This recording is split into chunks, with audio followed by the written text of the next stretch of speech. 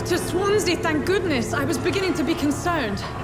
Worry no more, Nurse Crane, for I bring good news.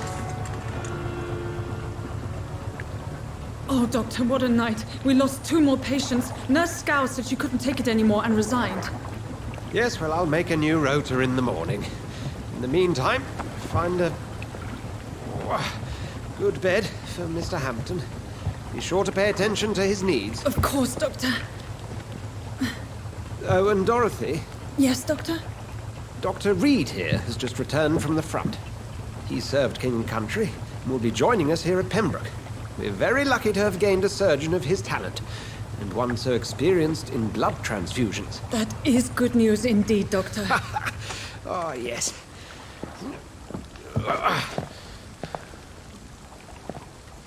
Here at Pembroke, it's not what we have, but what we haven't. It's only thanks to Nurse Crane and the staff that our ship doesn't sink. If you have any questions, just ask her. Duly noted. Thank you. Your assistance is required, Dr. Swansea, immediately. Welcome aboard, Jonathan. We'll catch up after my rounds. Coming, Nurse Crane. I'm coming.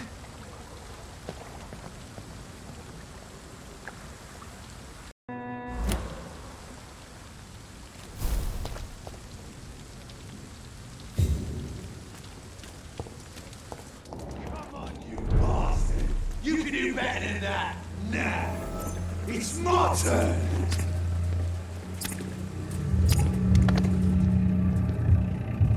Rotten or pristine, each heart contains the seeds of life. Drink at this river, try it all.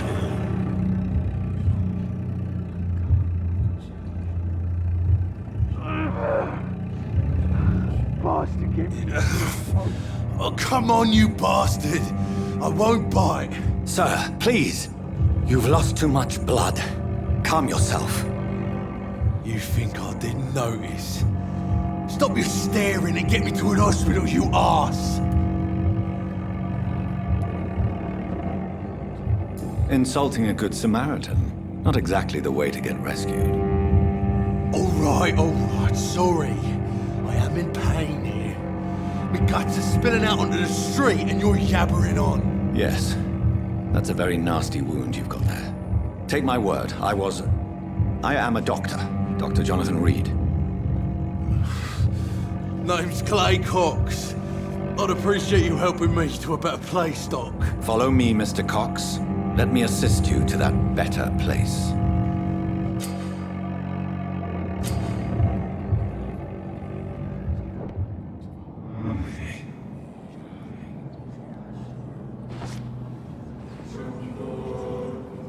Bring this fading light into the shadows.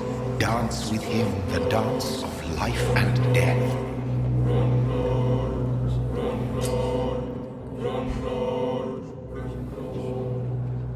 No more. Not tonight. Not like this. I will not take another life.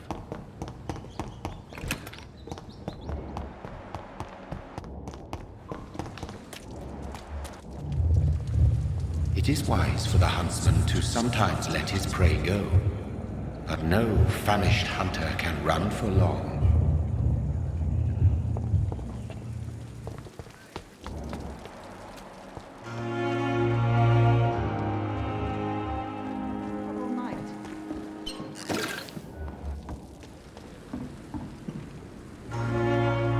Good evening, nurse.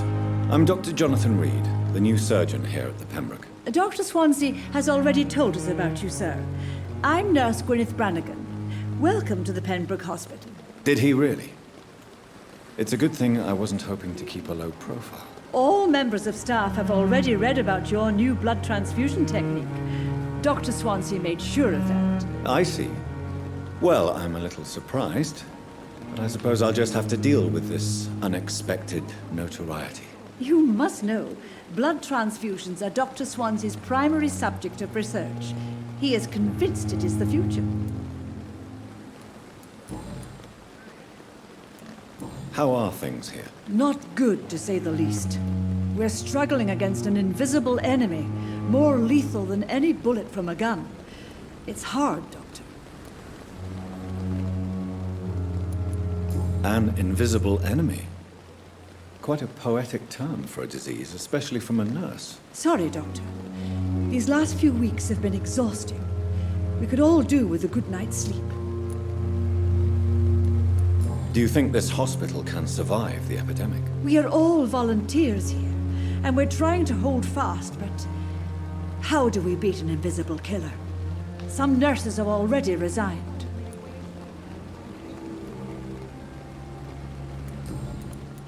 I'm not familiar with all the staff yet. Perhaps you could help me. Brilliant professionals, most of them.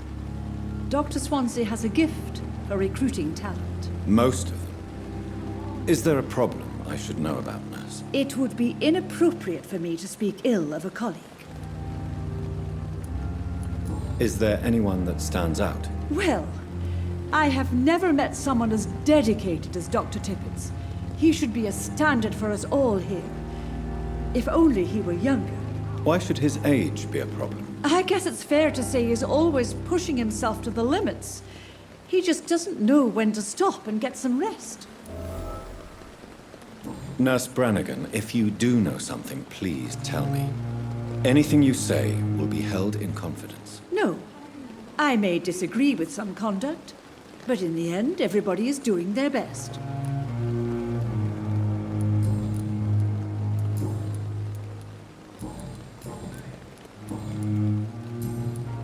Goodbye, nurse. Call me if you need assistance. I'm not one to make wait, Doctor.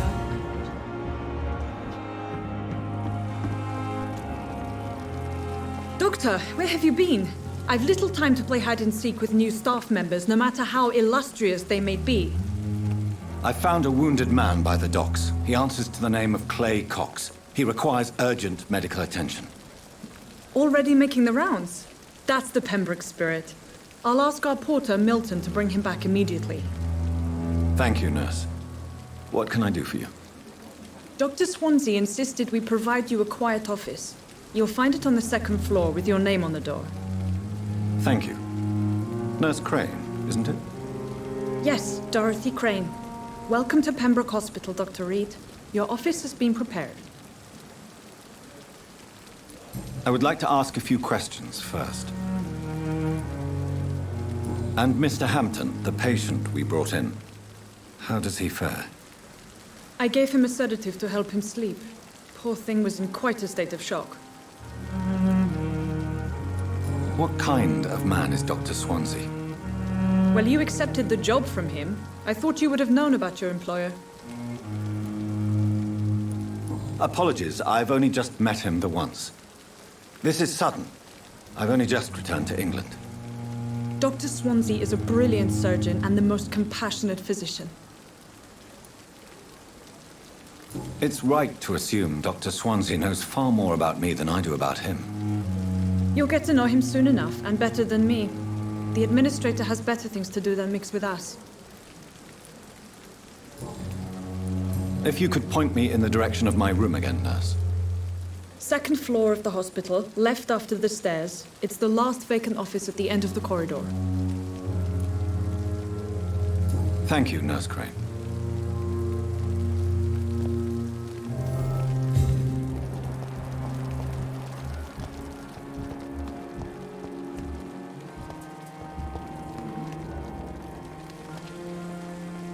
Good evening, sir.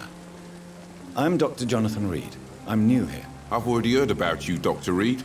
I'm Milton Hooks, the ambulance driver for this shithole of a hospital. That's quite a blunt introduction, Mr. Hooks. You can call me Milton. I like to speak my mind, Dr. Reed. Perk of the job.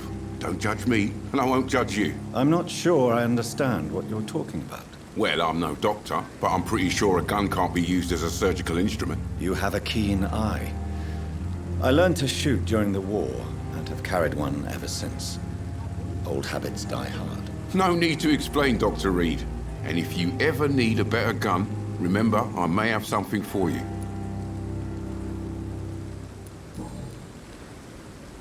How is the situation around here? You want to hear the situation is all right? It's fucking awful.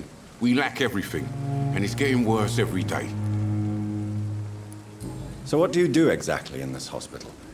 Apart from smuggling guns, I mean. I've been an ambulance driver since... too long, I guess. I bring sick people here night and day. It's a dirty job, but I get it done. Most of the time.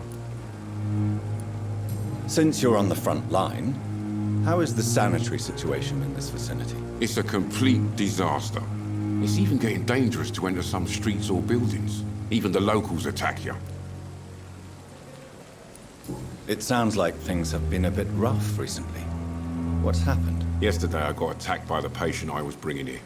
I escaped through the hospital's garden, but I lost my wallet when I was running. You left an infected patient outside the hospital. That's incredibly dangerous. Go there yourself if you want, but be careful, Doctor. I'd rather not bring your dead body back. Are you really smuggling weapons through the hospital? And why not? I've already been attacked by patients, you know. And by gang members willing to steal my money. But you're not defending yourself. You're selling guns to civilians. You keep people alive your own way, Doctor. I offer them another way to protect their health.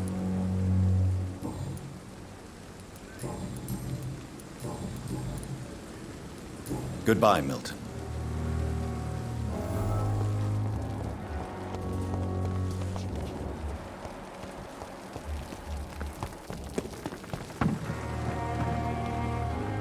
Good evening, sir. So it is true. The famous Dr. Reed has joined us.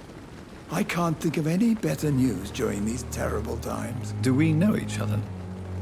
Actually, yes. We met once before, at the Rockefeller University in New York. Dr. Tippett, yes, I remember.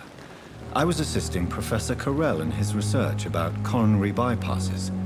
He had nothing but praise for you. He was also very confident about your future. And look at you now. Eminent surgeon and blood transfusion specialist.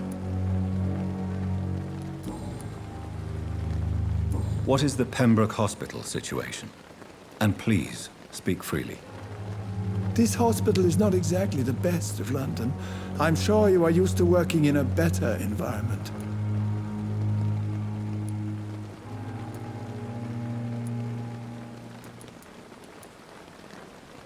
It's not exactly the best situation in London either.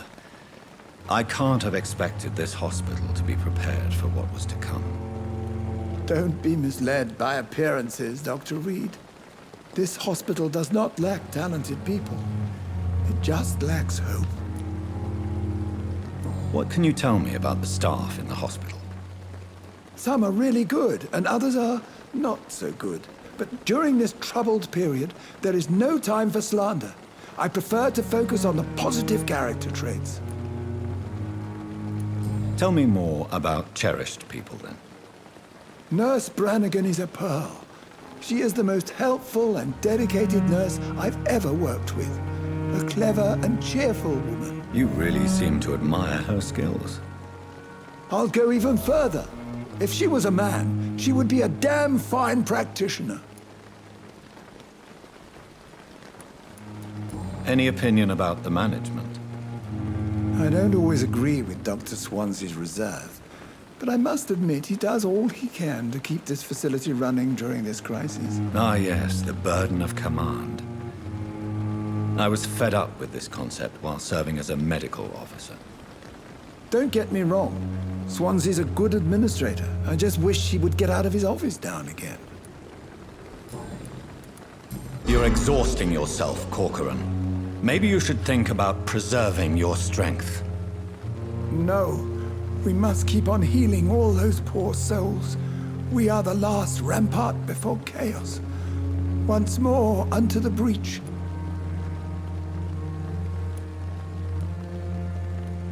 Nurse Brannigan is worried about you, Doctor. She should not have told you that. I will have a word with her. You don't have to blame her for her honesty. I'm not that kind of man, my dear Jonathan. Actually, Nurse Brannigan's opinion is the only one I may listen to.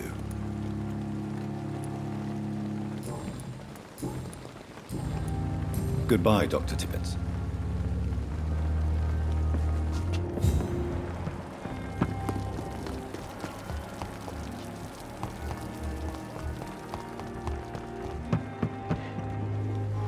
Good evening, Nurse Brannigan. Good evening, Doctor.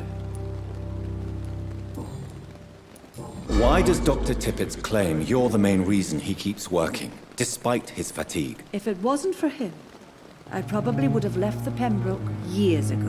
Dr. Tippett does not think of you as just a nurse anymore, does he? If you're suggesting he's not taking my gender into consideration when it comes to medical practice and knowledge, I really hope he doesn't. Goodbye, nurse. Call me if you need assistance.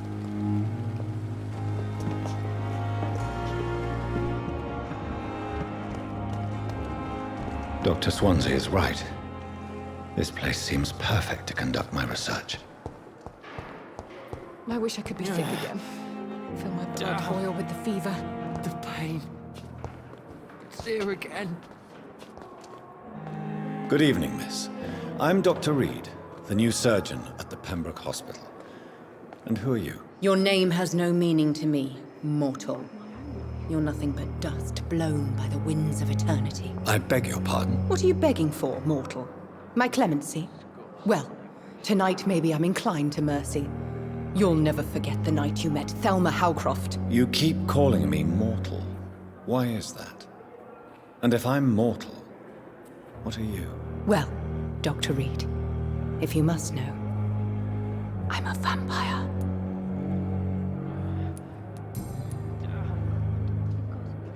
And why do you believe you're a vampire? I don't need to believe anything. It is what I am. It is what I feel within this hollow shell of flesh. Please, describe to me how you feel. What is it like to be a vampire? I can hear my body crumble from the inside as my flesh cracks and fades. I sense the last pulse of postulant blood within my drying veins. I need new blood. I see. Have you ever heard of Cotard's syndrome, Miss Howcroft? Never. It's a mental illness discovered by a French neurologist named Jules Cotard. The affected patients are delusional. They believe that they are putrefying, that they are dead, a ghost or a ghoul, or in your case, a vampire. Delusional, you say? Oh, sad and petty mortal. You can't even begin to understand the concept of immortality. And you think it is I who am delusional. I'm assuming you must be a patient here. Am I right, Miss Howcroft? It's only a cover. To hide from my enemies. I can leave whenever I want. As a woman, a spirit, fog, or bat. Who are these enemies you mentioned? Can you describe them? I cannot say for sure. But I sense their eyes on me from nearby. I feel them watching me every time I visit the garden near the morgue. The staff here are not your enemy. They're here to help you, to care for you. I'm not speaking of the doctors in white. I'm speaking of the men and women who hunt me. For I am a vampire. I see. Don't worry. These people will not find you here. I'll personally make sure they leave you alone. Thank you, mortal. But do not interfere with them, for you are no match for those that hunt me.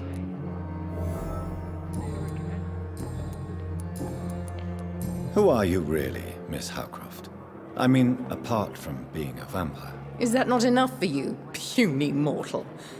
What do you require? Proof of my powers? I'm curious to know who you were before becoming a vampire. It was such a long time ago, I don't remember. Centuries of unholy life can have strange effects on one's minds, you see? I'll leave. Hospital. That's Pembroke nowadays. Good evening, sir. Can I help you? Unless you're here to fix my face. No. I don't think you can help me. I'm Dr. Reed. I've recently taken the position of head surgeon here. War injuries, am I right? You guessed right, Doctor. German shell took my pretty little mug right off. But they still call me Thomas Elwood. How is your stay with us, Mr. Elwood? Oh, it's bliss. I just escaped death in the trenches to be surrounded again by the moans of the dying. Can I ask you precisely why you're a patient here? It's the pain, sir. The drugs don't work. It just hurts under the scars, if you get my drift.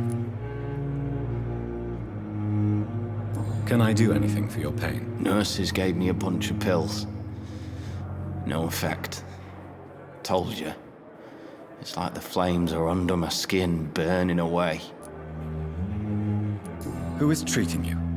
Is someone in particular looking after your case? Nobody since the old and tired doctor spoke to me. Started to think I was forgotten about. Wouldn't blame you. You don't seem worried by that. My face hurts so much more when I smile or cry. I've learned it's easier not to speak. But be assured I'm smiling inside.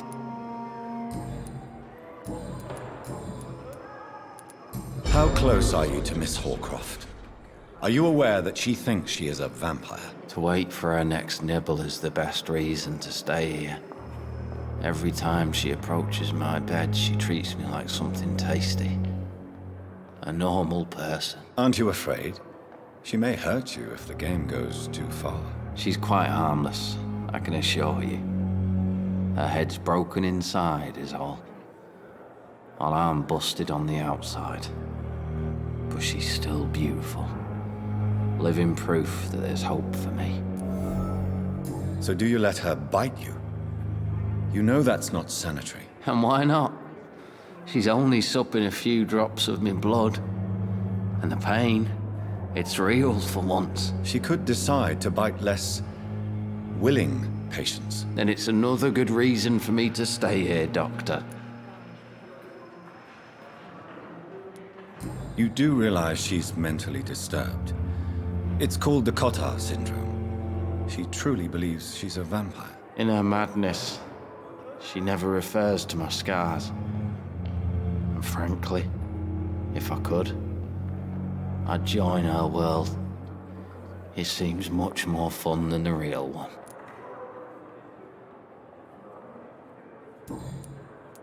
Where were you stationed, sir?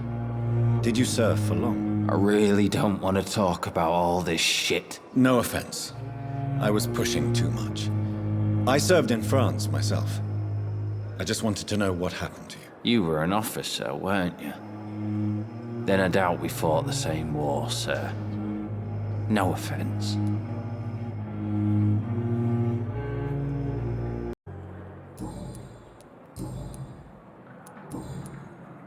Goodbye for now, Mr. Elwood.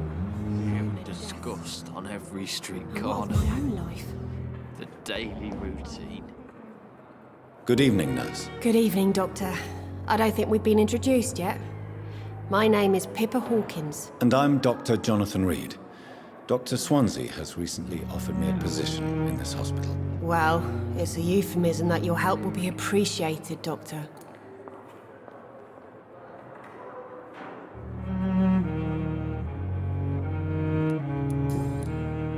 How would you describe the situation at the Pembroke Hospital? It's serious.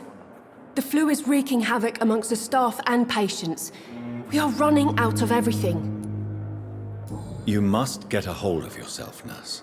Sorry, I'm exhausted. No one has any idea when this epidemic will be over. Nurse Hawkins, the Spanish flu won't last forever. Even the Black Plague didn't kill everyone. I wish I could believe you. But what if this epidemic was worse? What if in the end, nobody was spared?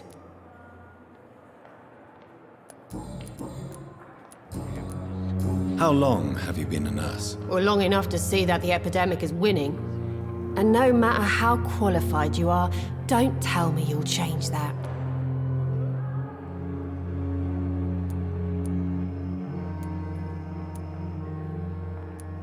You'd be surprised what dedication can achieve, Nurse Hawkins.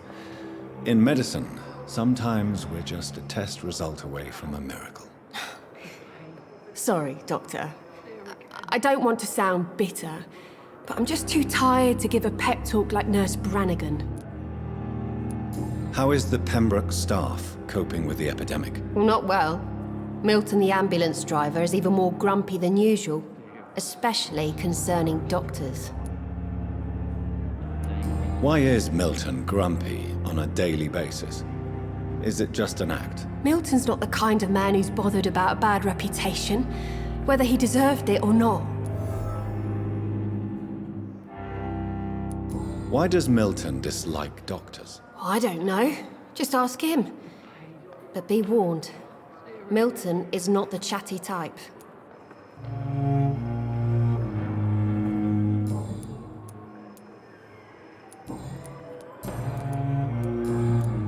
Goodbye, Nurse Hawkins. Fear and disgust on every street corner. Daily routine. Good evening, Mr. Hampton. How do you feel? Dr. Reed, is it? Oh, sir, I must apologize for my behavior. What do you mean? I was not myself in the factory. Fear and exhaustion made me say awful things to you, I'm afraid. You remained perfectly nice and polite. A little delirious, perhaps. But who wouldn't be after enduring an abduction? Thank you, Doctor. That's a relief. Now all I need to do is rest and return to my flock. How did you end up in William Bishop's den? I had received alarming news about his recent behavior. I went to his place and he refused to let me go.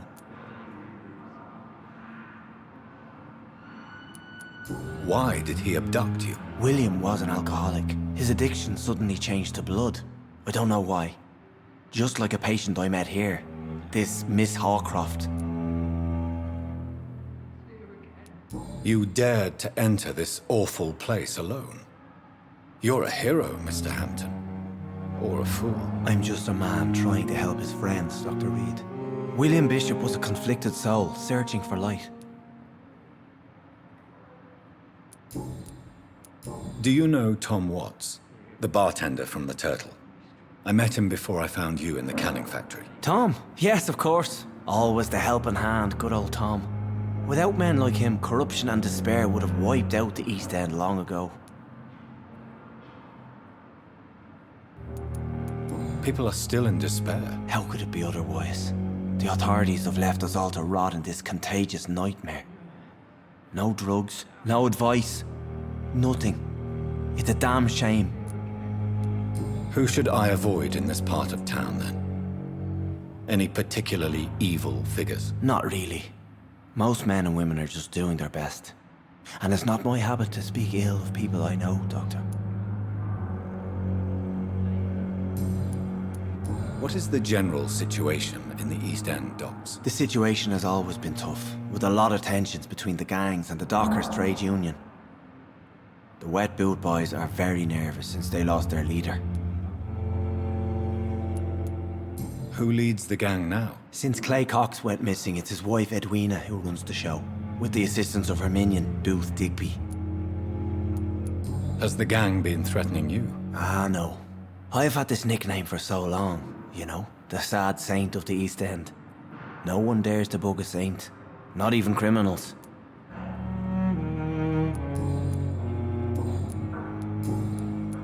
What do you do for a living, Mr. Hampton?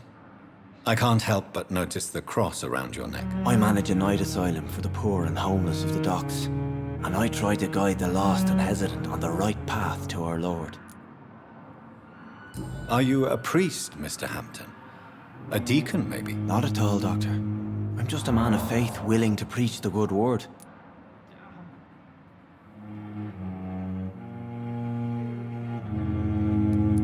Why didn't you use your cross against William Bishop?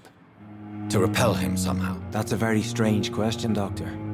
A cross is no magical token, if that's what you were trying to say. Not mine, anyway. How do you feel, Mr. Hampton? Medically speaking, I mean. I feel exhausted. Beyond exhaustion, actually. William drank so much of my blood in his madness.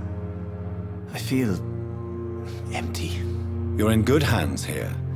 Dr. Swansea is well versed in blood transfusion, and I'm sure he'll take the best care of you. Thank you, sir. I believe all I need is rest, and then I can go back to the people who need me. Have you made friends since you arrived? Not really, but I recognize Miss Harriet Jones. I knew her when she lived by the docks. That poor woman had such a miserable life. You never came to see her here at Pembroke? Receiving visits when sick can be an important part of the healing process, you know. We're not just bodies. You're preaching to the converted now, Doctor. To be truly honest, I thought she was dead. She left the docks many months ago.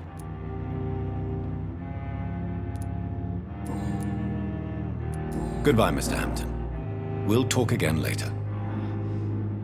Damn. The pain. It's here again.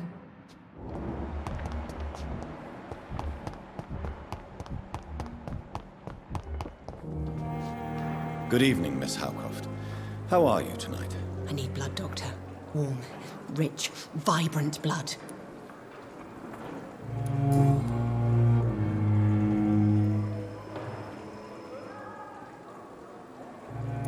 Tell me, Thelma, why do you feel so attached to Mr. Elwood? Why him? I'm not sure, Doctor. I think we have a bond of some sort. We've both suffered so much. He's the only mortal I find interesting. Do you plan to make him a vampire too? Of course not. How could I inflict my curse on anybody else? I'm not that cruel, Doctor. Would you say you and Mr. Elwood are romantically involved? No. No, Thomas is a delicate soul.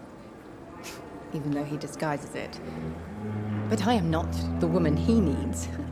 No, for I am a vampire, Doctor. I'll leave you, Mistress of the Dark, to your nocturnal activities.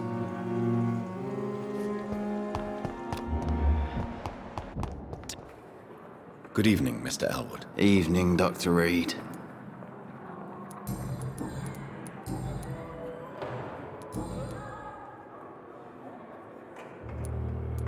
Goodbye for now, Mr. Elwood.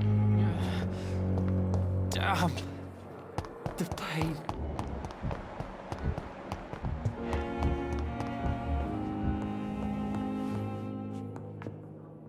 Good evening, sir. I'm Dr. Reed. I believe we're going to be colleagues. Reed? Yes, I've been informed about your arrival. I'm Waverly Ackroyd.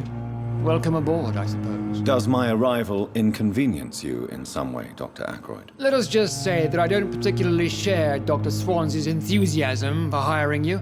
What we need here are reliable professionals, not overrated dabblers.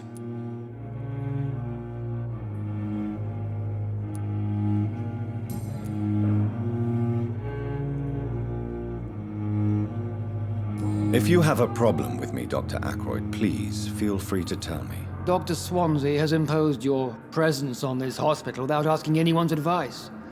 The benefit of his position. But I don't agree with it. I know we've never met before, but I believe this hospital could use all the help it can get.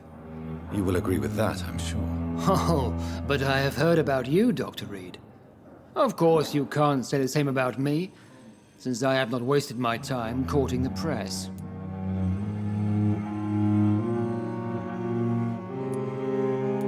There is no need for such animosity between us. Don't you think the epidemic is already enough to deal with? That is one point we could agree on.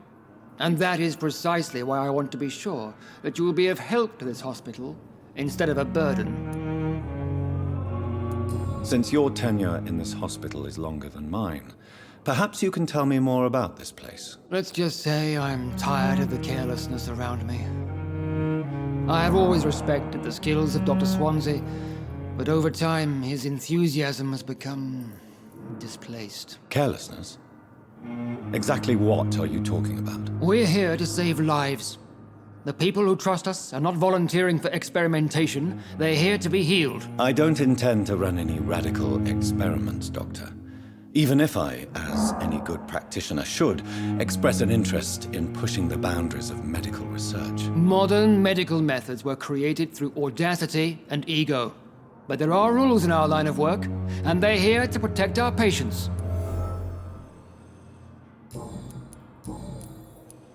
I don't know what you've heard about me, but I have already proved my value as a practitioner. I don't question your skills, Dr. Reed, but your motive. Is it money, fame, or are you truly dedicated? And what exactly is that supposed to mean? I served in the war just like you. But unlike you, I did not use the wounded to play the modern sorcerer. Be careful what you insinuate, Dr. Ackroyd. I only want you to admit you used those men to improve your theories.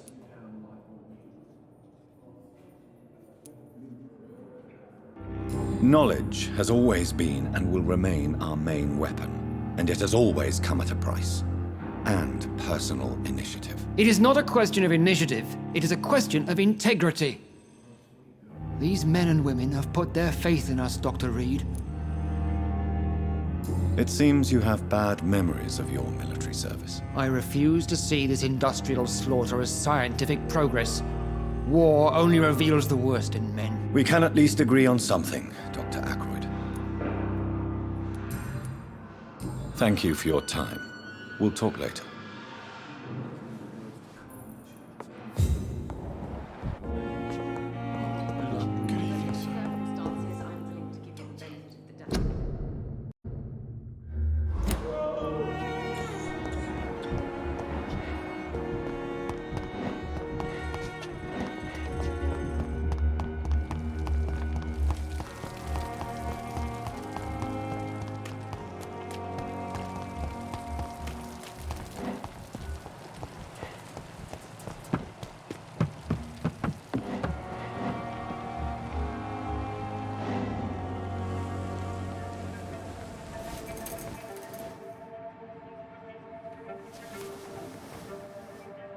How can I be sure I'll not find your unconscious body in the house again?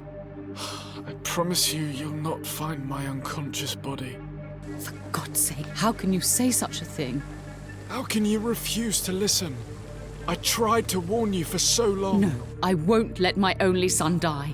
You promised me you'll stay alive. Your son lied to you, like the whole world lies to us.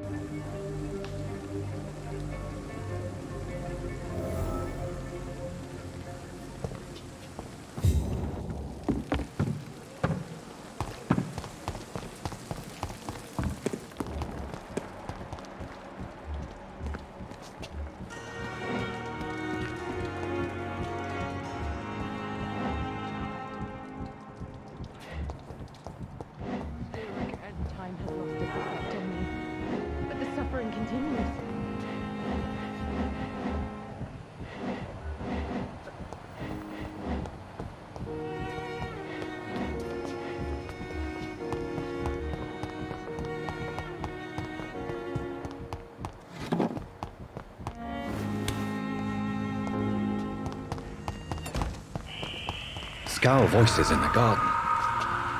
I should investigate. If they were to find somebody.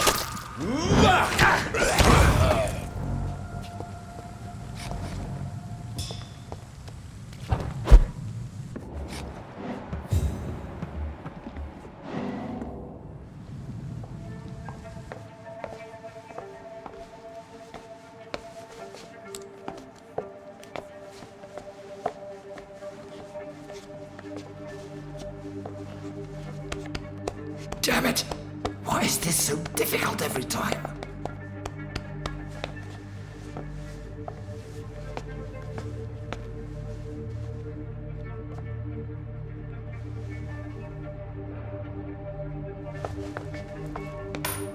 That is better. That is better. I will make it through one more night.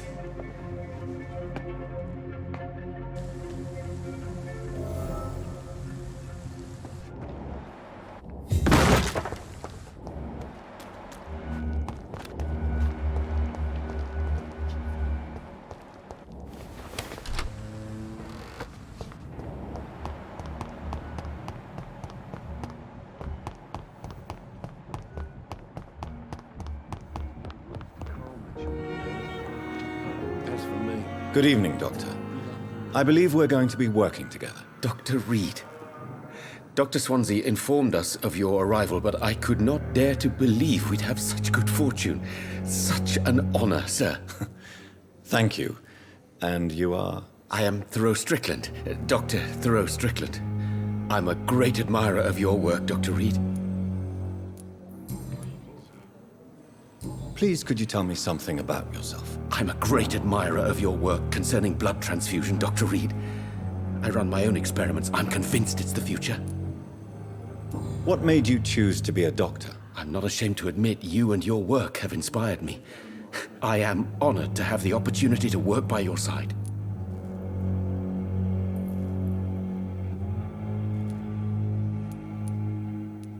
It's always a pleasure to share scientific and medical knowledge with someone eager to learn. I'll be glad to help you if I can. This epidemic may be the century's most terrible disaster, but I'm convinced that we, as doctors, are the only ones able to defeat it. I based my technique on my mentor's research. He helped me perfect my method. What is yours? I'd rather not talk about it. For now, it's just theories and first approach. My process is purely experimental and unsuccessful. As long as you're cautious and methodical, you may remain empty-handed, but you won't fail. You're not the first one to warn me, but I am convinced knowledge is the main weapon against the ravages of this epidemic. What can you tell me about the Pembroke? Well, it has always been an honor to work with Dr. Swansea. But with your arrival, I can't think of a better opportunity to learn about blood transfusion. You seem quite optimistic.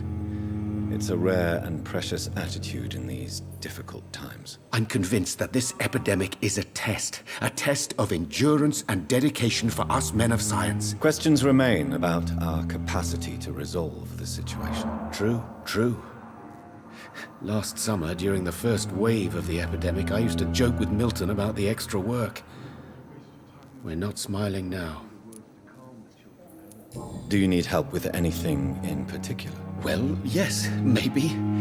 I'm waiting for a batch of products I ordered for my personal research, yet my supplier seems to have vanished. Do you want me to play the errand boy for you? Oh no, Dr. Reed. But if you went personally to his shop, what with your reputation and all, he wouldn't dare to refuse the products I need. I see.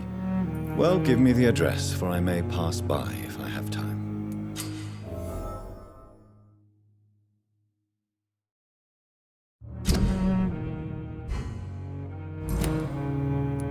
What do you think of Dr. Ackroyd's aversion to modern medical methods? It's a shame he's so narrow-minded. Dr. Swansea taught me that science is about exploring uncharted territory. I'm convinced that's true. With the influenza and all that's going on, you should put your differences aside, don't you think? Why is it so difficult to work together? I believe that if Dr. Ackroyd had been the one to discover the transfusion process, he would be the first to recommend its use. So you believe it's just a question of jealousy and pride? Dr. Ackroyd is as proud as he is blinded by his obsolete concept of medical science.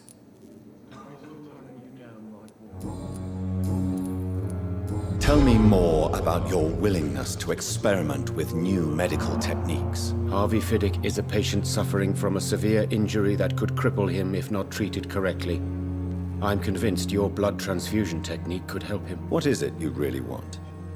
To save him, or to prove your point? Fair question.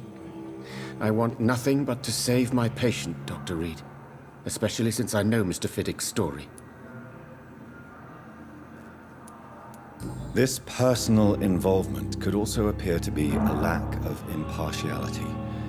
You must know that a good surgeon must remain neutral. I agree. But that does not excuse Dr. Ackroyd's behavior, a man who did not even take time to converse with his patient. Do you think keeping his distance was a mistake? All I know is that I'm taking care of human beings with desires, hopes, and fears. Not some biological machine comprised of blood, bones, and flesh. Tell me Mr. Fiddick's story. Our first diagnosis was compromised because Mr. Fiddick lied to us about the real origin of his injury.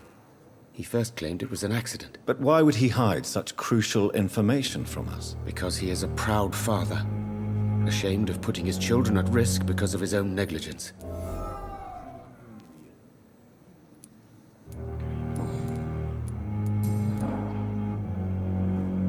Goodbye, Dr. Strickland.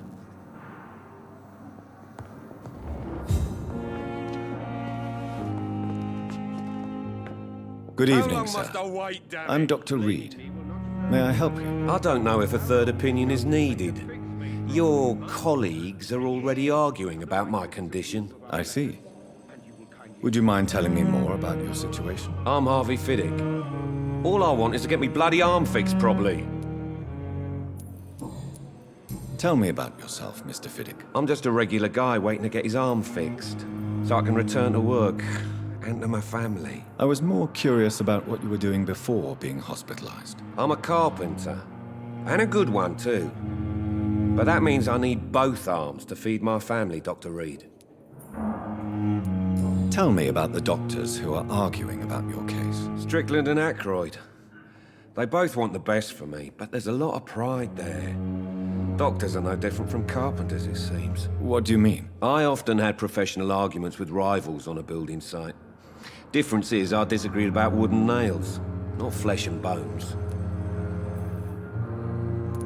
Are you satisfied with your treatment here? Well, it's clear that I've chosen a bad time to be injured. Forgive my bluntness, but you seem overwhelmed by cases of the flu. I won't lie to you about it.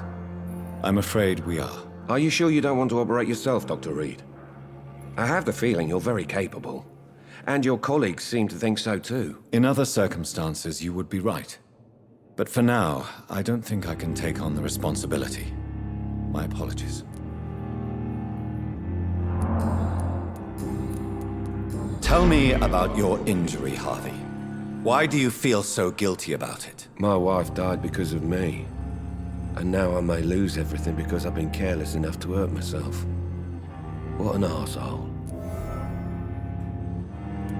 How could your job be responsible for your wife's death? I was working a double. She went out to bring me a hot meal and got caught in a German bomb raid. You can't hold yourself responsible for your injury, Mr. Fiddick. Unless you tried to hurt yourself. Of course I didn't hurt myself. But I can't work until my arm is fixed. My children need to eat, Doctor. Tell me more about the death of your wife, Harvey. 1915. I was in the army. Building workshops for the Royal Flying Corps. Helen was happy I wasn't sent to the front. What happened? The Germans sent Zeppelins to bomb the construction site, but they missed their target. My wife was bringing my dinner when the bombs fell. I'm sorry for your loss. So many died during the bombings. I served in France and witnessed the carnage there. I would like to say that she didn't suffer. Truth is, I have no idea. I just know that I'm all that me kids have. Poor little bleeders. How are your children after losing their mother? They were smaller then. The only good thing about this is my Helen didn't bring them with her that night.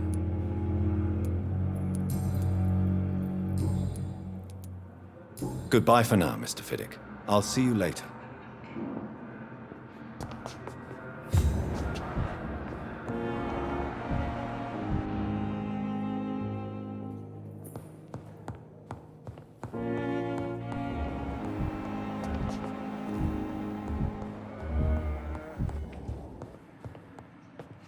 Good evening. I'm Dr. Reed. Can I help at all? No. Really? Why are you here, then? I don't want to talk. My throat hurts too much. I suppose that this pain is the reason you're here. Is someone taking care of you? Yes. And no. Could you at least tell me your name, sir? Mortimer. Mortimer Goswick. How painful is your throat, Mr. Goswick? So painful I'd rather not talk at all, Doctor. I'm sure you realize a doctor and his patient have to communicate, sir. Would it help if I gave you some paper and a pen? Not really. I see. Then maybe it's not just your throat that hurts, Mr. Goswick. Perhaps your sore throat is just the consequence of something more hurtful. Yes, maybe. But I don't want to talk or even write about it now. How so painful. I'll let you get some rest, then. Good evening, sir. Good evening, Miss. I'm okay. Tell me about yourself, Mr. Goswick. I don't want to talk, Doctor. Admit it, Mortimer. Your mother had you hospitalized here because you tried to kill yourself. Yes, it's true. All right, then.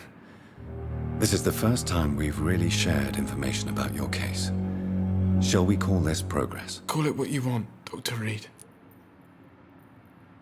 You can trust me. I won't report you to the authorities. My one and only concern is your health. I guess I should thank you then. Can I help you in any way, Mr. Goswick? I wrote a letter for my mother. She was supposed to read it after my death. But I suppose she doesn't have to read it now. I see. And is this letter still near the place where you tried to take your own life? Yes. And I don't want anyone reading my last words. I mean, I'm still here. If you bring me back that letter, then perhaps we'll talk.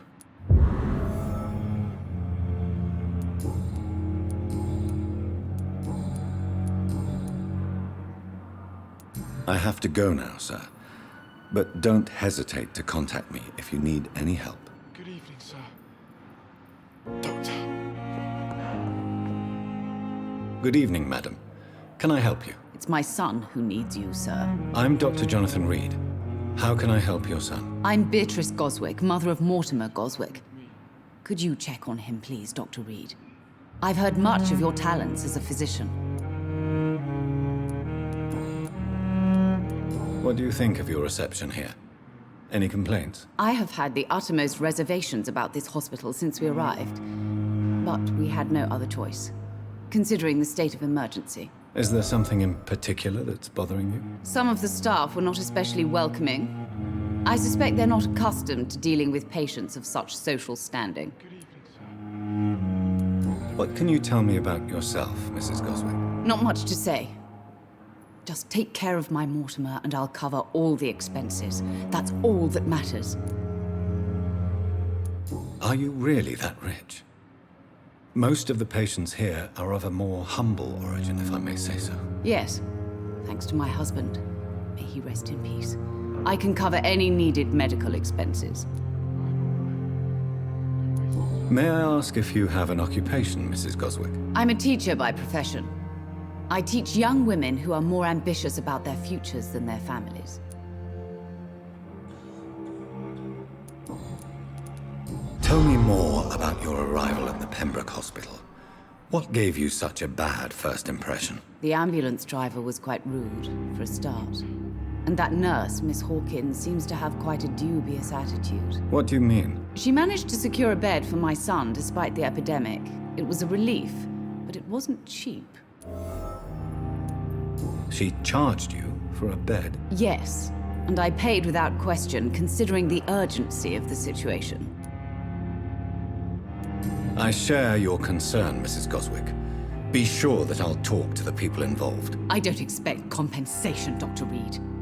But I'm aware such behavior would not be tolerated in other hospitals. Goodbye, Mrs. Goswick.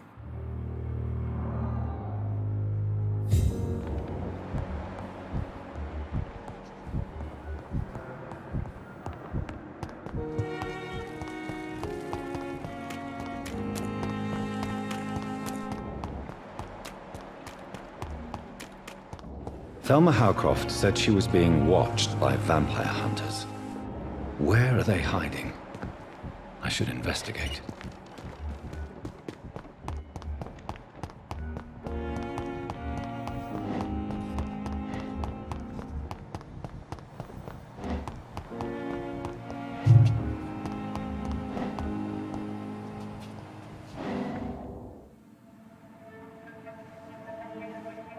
You don't mind if I search your pockets, do you, sir?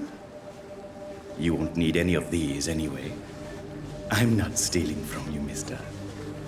I'm only redistributing your belongings to people who need them more than you. You see, no one has claimed your body, sir, so it would be such a shame to bury you with your valuables. I will not forget you, sir. And I thank you for your generous donation.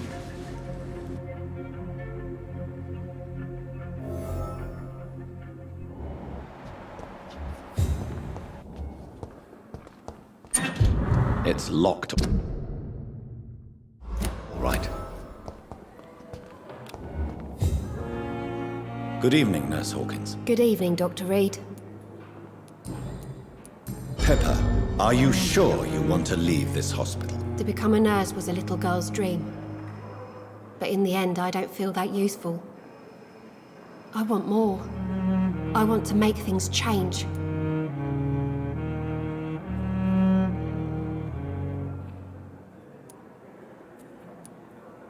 You should be proud of what you've achieved. This hospital represents hope for many people in need of help. Maybe you're right. But at the moment, I feel like we're just a cemetery waiting room. Goodbye, Nurse Hawkins.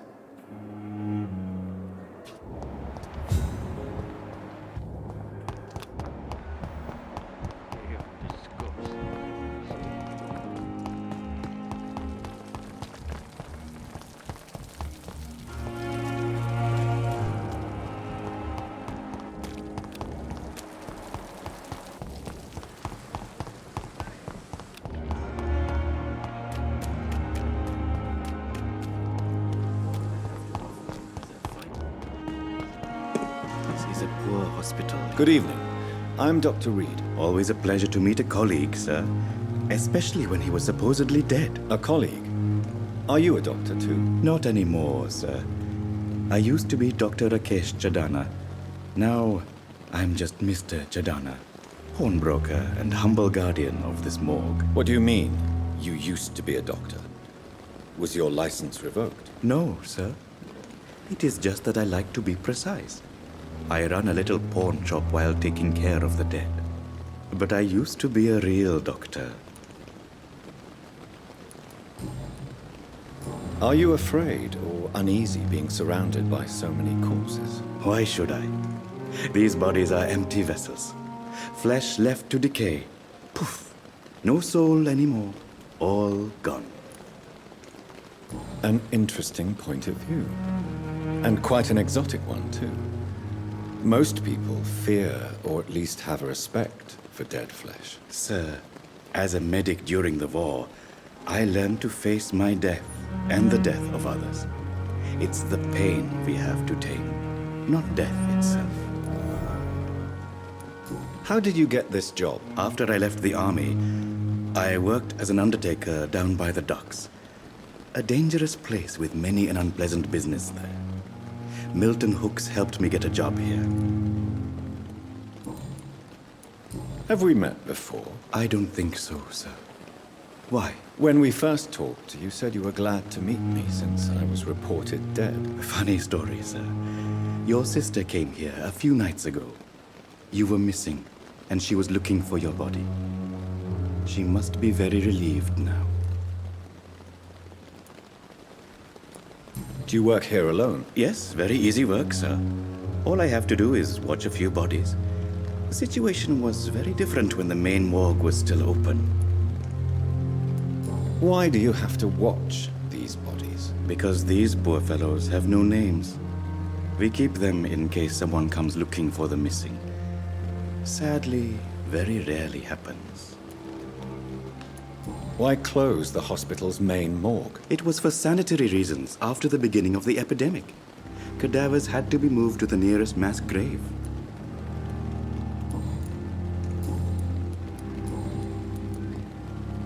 A pawnbroker? I expect you get all types of people here. Yes, sir. All kind of people. For I sell all kind of goods. Who comes here to trade with you? It's very unhygienic, even unsafe. Diseases can spread. For the customers, for the hospital. I'm very cautious, sir. I've been a doctor, remember? And all my clients are good people. In fact, I think I only know good people. What kind of goods? With the quarantine, it's not always easy to buy things. So I trade, I exchange. Some people sell, some others buy. I like to help. Since you're not afraid of dying, do you believe in life after death, Rakesh? No. I believe we must do all the good we can while alive. For our time is short, and the obstacles are endless. Do you think you would enjoy immortality as a concept? I don't think so. Don't mistake me. I love life, and I'd like to live a long life. But everything has to decay, sir. Even goodwill. Do you really believe goodwill cannot last? As I said, sir, everything decays. If I was to never die, goodness, I would be bored or worse. And I like to be helpful, sir. Quite depressing, wouldn't you say? Yes, but the good news is, we'll all die before losing our humanity, sir. So you're ready to die? No, I am not. I don't fear death, for I won't see it. What troubles me is the pain my death will inflict to those I know. You're a wise man, Mr. Chidana. No, Dr. Reed. I am a foolish man. But I like to think otherwise. How dare you steal from the dead, Rakesh? Is that what your pawnbrokers is really about? These people are dead, sir. What they possessed could be useful for the living. And I'm sure they would agree if they could speak.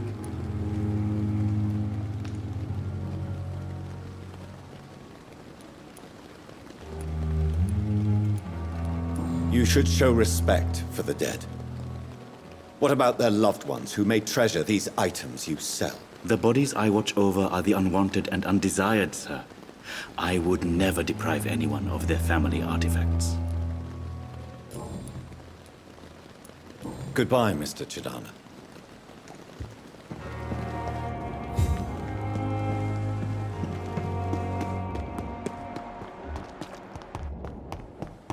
I'm so tired.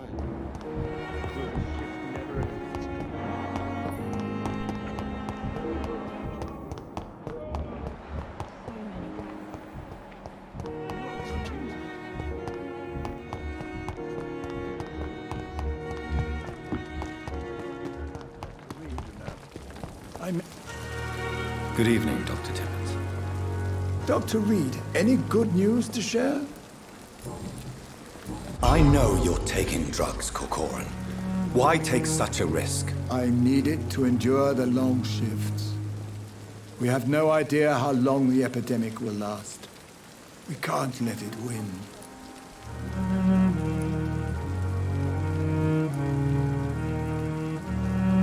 I understand the gesture, Doctor.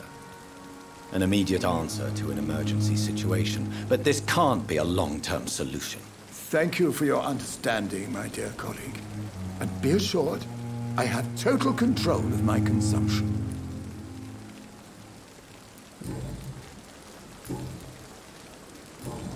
Goodbye, Dr. Tibbets.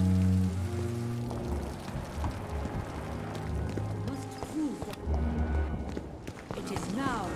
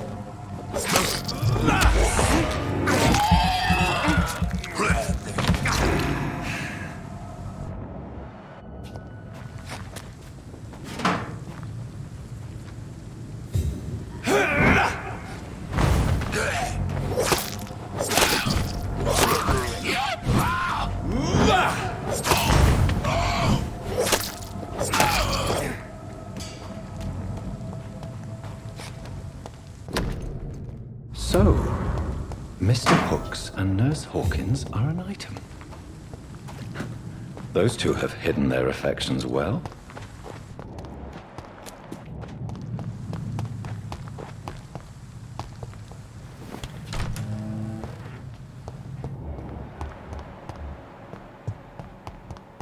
So many deaths. And what of my own life? Good evening, Nurse Hawkins. Good evening, Dr. Reed.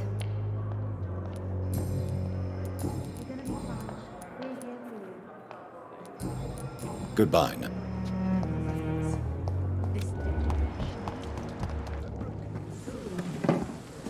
Good evening, Milton. Good evening, Doctor. Still trying to save lives? Do you know that Nurse Hawkins is thinking of leaving the hospital? That's not a surprise. We've talked about it already. Does it not bother you? Sometimes I think she may be right. We should run away while we can. Question is, where can we go? Where is it safe? I have some good news, Milton. What? The epidemic's over? I retrieved your wallet, with all the money and a certain picture. Well, yeah, Pippa Hawkins is my girl. So what? Is it the difference of skin colour that bothers you? Not at all, Milton. Good. Please, take this money anyway. To remind you to keep your mouth shut. Not everybody is as broad-minded as you, Dr. Reed.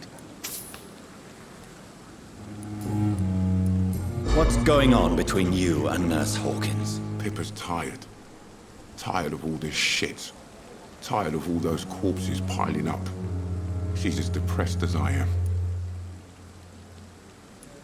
During the war, I witnessed a few couples just like you come together in difficult circumstances. It can be very damaging. Maybe you're right. But we support each other. And that's all that matters. You do realize you could both get fired. Hospital staff are not meant to have intimate relationships with one another. Come on, Dr. Reed. Do you know how many rules are broken in this hospital every day just to keep it running? There's nothing wrong with what we're doing. Goodbye, Milton.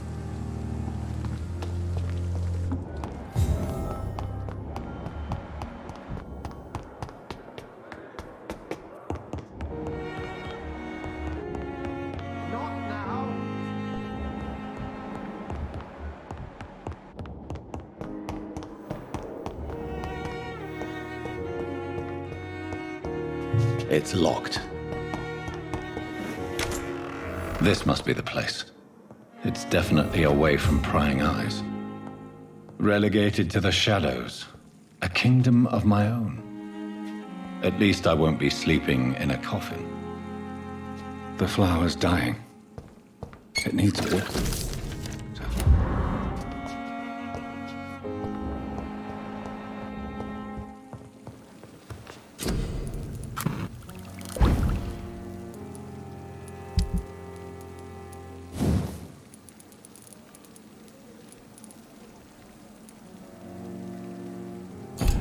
William Bishop's blood is much more unstable than human blood and shows extensive mutation.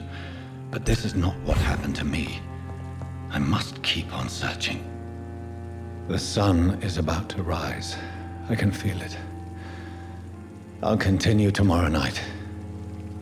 I have so much time now.